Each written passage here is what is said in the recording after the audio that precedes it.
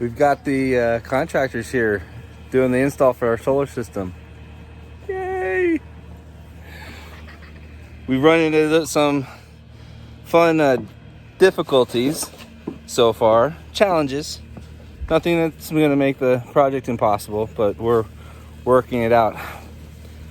Where we were originally going to dig the trench to run the power lines from the array to where our electrical service is, our water line's in the way, and the alternate route we have discovered our septic system is in the way. So the guys are out there right now marking all the areas where we think pipes are and stuff like that, and we've got a plan figured out, and we're gonna go with it. I'm gonna help them hand dig a few spots to get around some pipes and underground cables that we think are there, and we're gonna go from there. It wouldn't be homesteading if it didn't have challenges, right? It wouldn't be life if it didn't have challenges. Let me take you over here and show you one of the other challenges that I'm having. So when we got the system evaluated, we knew we had to have 200 amp service coming in. And I called our electric company, and we have 200 amps available from the transformer there, but they need to run a new cable from the transformer to our house, and they're not going to do it until we get our weatherhead fixed. You can't really see it, it's bent. And we need to upgrade our service entrance box, which is right here. My plan this whole time has been to get a combo box and basically mount it right next to it, run a new weatherhead up to the top, get it all ready with just the service disconnect, and have the power company come and move the cable, run their new cable from the transformer, hook up to the new service entrance, and then I would decommission this one, take it out, and rerun all our current stuff to that. We need this in place, my understanding is, before they can finish the hookup for the solar array, the way that it ties in and all that stuff. The challenge, and the reason I don't have it yet, is nobody apparently has 200 amp combo meter boxes. So I can either trust Lowe's when they say they can have one ready for pickup by the 24th, which I don't really trust, or I can see if I can find just a regular meter and then a separate disconnect and do it that way, kind of the quote-unquote old-fashioned way, and have those two things separate. Not ideal, be a little bit more expensive in the long run. But it also depends. It'd be more expensive than I was planning on doing, but maybe less expensive than buying a combo box that's more than I need, because I don't need a whole lot of circuits on it. I basically, your bare minimum is all that's really needed, because it's not going to be serving as the actual panel breaker. No, sweetheart, those are not. That's just the ramp for the Bobcat. We're not going to see the solar panels until they get much further along in their day. Okay. So we're going to get at it. I'm going to start hand trenching out and hand exposing some of the areas for them, just because I want to make life easier on them and on us. I feel bad that we didn't have this stuff figured out beforehand, but they're very nice, they're very cool, they're working with us and they're getting at it. So we'll capture what we can on the day, and hopefully it'll be interesting for you to watch. And we're gonna have solar soon. Yay! I'm so excited. So I've already run into another modification. So this is where we're gonna be going in. We're gonna be trenching out that way and then over to get around the septic system. And so we had this gray water line here and electric that was going out to that little 30 amp box out there. Well, I was wanting to move that for a long time anyway, and I did a little bit of digging and found that the gray water line discharge thing that we have set up here was really loosely connected anyway. And so I'm just gonna pull it. I'm just gonna pull it out and get it out of the way because it's gray water. So it's just soapy, dishy water. It's going into the ground anyway. And we were gonna kind of redo this anyway. And it's easier for them just to get out of the way.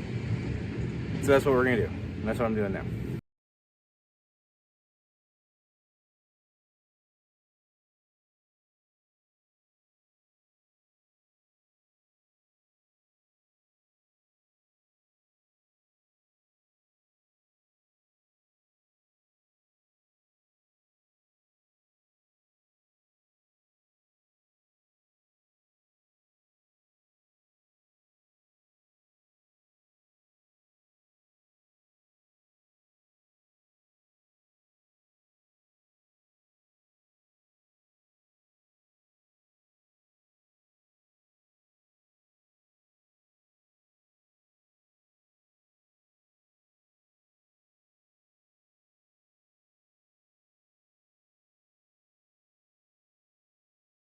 So it was easy enough. None of this was glued together or secured or anything like that. It was just laid down in there.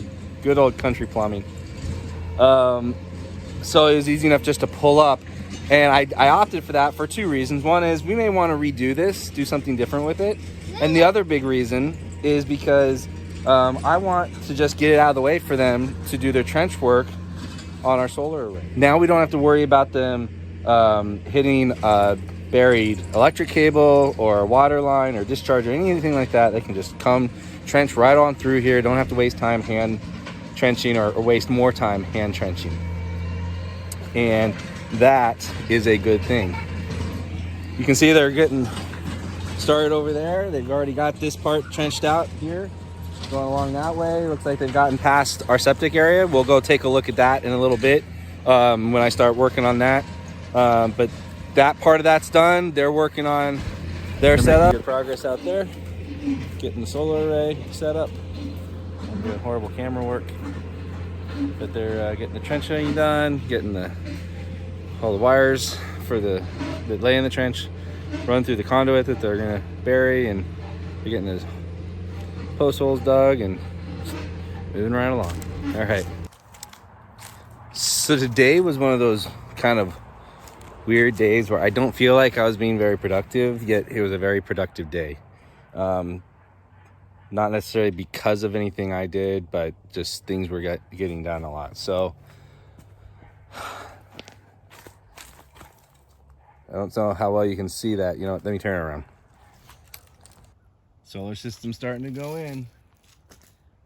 There's the pylons or stanchions, however you want to call them, piers, I guess.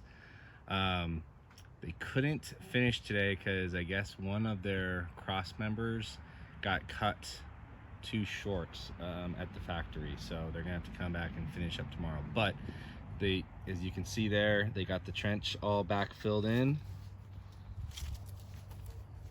and as far as I know, they didn't nick our septic drain field at all. In fact, they kind of helped us find it, which was nice. But you can see they've backfilled the trench all the way, and now the wires are sitting up there ready to run through the mudroom to where we're going to install the batteries and everything, and all that stuff sitting on the other side. Shauna decided to come outside. Yeah. Hi. Aren't you excited? To see. I am excited. Yeah. It's a good. It is. You know what else is exciting? We let the chickens in the garden today. Yeah. Because the garden is completely enclosed now. We did get that enclosed. I don't know if you've seen that video when we post this. Probably will have, but we got that all enclosed. Take you over there and show you that finished up. Here, we'll turn the camera around again so you don't have to look at my mug. So yeah, there's the chickens on the other side of their normal play area. So yeah, here's the gate with the trellis arch that obviously we're gonna grow over there, and got this gate here with the chicken wire on it. Got the gate over there. with the chicken wire. What was that? Got 3 eggs today. Woohoo! So you might be wondering about this PVC pipe laying up against the fence. I think we'll have covered this already in this video, but we found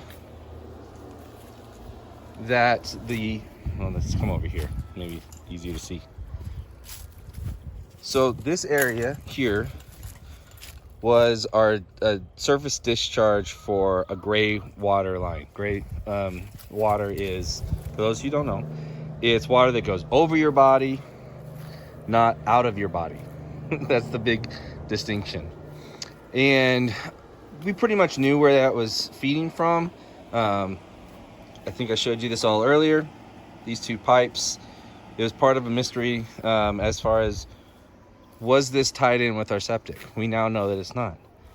But since we have this kind of all uprooted, we have the opportunity to change it. So we talked about it, and what we think we're going to do is, instead of having it here, having this kind of asymmetrical, odd area, we're going to rerun these pipes, probably put it all into the one 3-inch line, and run it over to this area, because we're going to move the compost over to where the chickens are so they can turn it and do everything like that. And Shauna wants more planter boxes. She wants at least 2 more 4x4s there and there.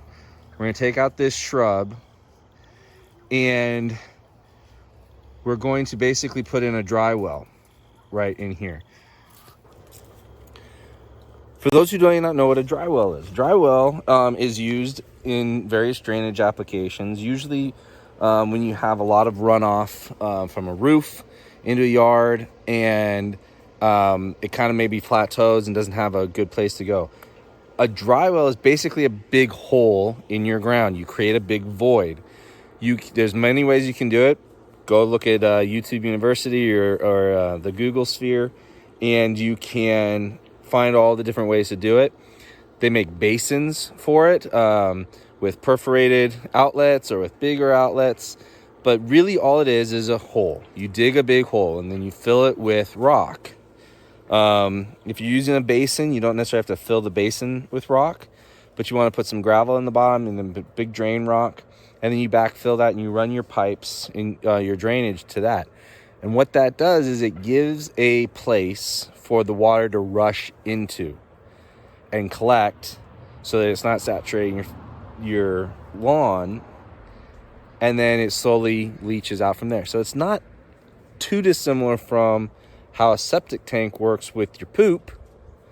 This just is for surface rainwater or gray water. You can do it with gray water. Again, water that flows over your body, not out of your body.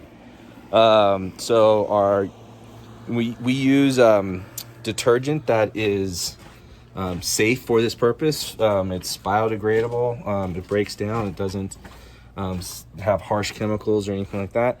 And we have soaps for that. So that's what we're going to do there.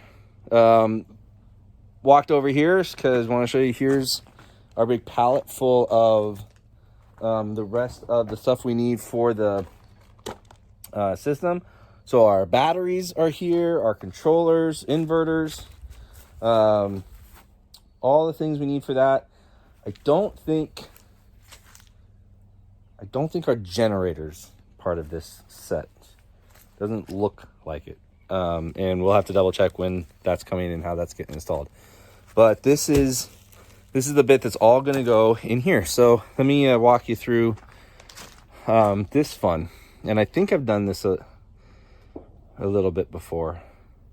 I may have done it earlier today. Anyway, let me turn the camera on.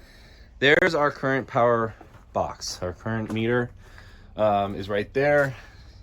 You see the service line. There's from the transformer across the street, comes around here, goes into the weather head there, down that conduit, and boom, into our meter. And currently the way that we have this is a 100 amp meter, or a 100 amp box, meter socket. maybe 125 actually. Anyway, this leg goes through and into our panel inside. What you can't see is there's a leg that goes that way. And we'll come inside the musty med room and goes to that box. Now I have that open because I was doing some work in there earlier, I think explaining cutting wire, and I turned the breaker off for that. Anyway, I'm pretty sure I probably already talked about this, but just in case. So the plan, the intention is to mount the batteries packs here, I believe. Don't know if we're gonna mount anything on this side. I think it's all gonna be in here. So, one of the things that I was trying to get ready is I got to upgrade this to a 200 amp box, and I was having a lot of trouble finding it because apparently nobody has them in stock right now. It's either an in-demand item or it's just one that's been affected by the supply chain. But I learned a good lesson that I kind of sort of already knew, and I just needed a good reminder of it. Your local guy isn't always more expensive. I know they tend to be local, whether it's a hardware store or grocery store or anything like that. Your local smaller distributor, non-chain, usually has to pay a higher price for what they do. So obviously you pay a higher price. That's not always the case, and don't always fall for that, because you could miss out on really good deals. What I ended up getting, of course you can't really see it here, I ended up getting my 200 amp combo box. Let's see if I can move this without breaking it, so you can see. So I've got my 200 amp combo box, 40 spacer, 20 circuit. Much better than I was thinking. Much more than we really need there. But with that, it gives me a little bit more versatility for how we both patch in the solar system, but also for how I redo the wiring for the house in general. I got that for about $40 cheaper than I was willing to pay for something not even half its size, less than half its size, probably like a fifth of its size. And having to wait potentially a week and a half for delivery. So always don't ever discount your local supplier, because not only do they sometimes have it cheaper, they probably have the stuff that the big box guys don't have or don't have a good selection of. And that's my bit on that. The rest of this, fence posts, barbed wire, and another gate to put around the solar array. Our neighbor is very gracious and offered to help supply us with that, because it's his cows. We're putting the fence up to keep out. So he very graciously offered to help with that. So we got that material. I do need to pick up a few more things from home or from Lowe's tomorrow on my way home from work. And then this weekend's going to be a fence building, tree planting, awesome weekend. I'm pretty excited. So with that, we'll sign off. I think this will be a part of a short video, just update video on the septic system and on the solar panel installation, and then we'll update you more as there's more to update. So until next time, God be with you all in all that you do. And remember, keep the faith and keep up the fight. Bye.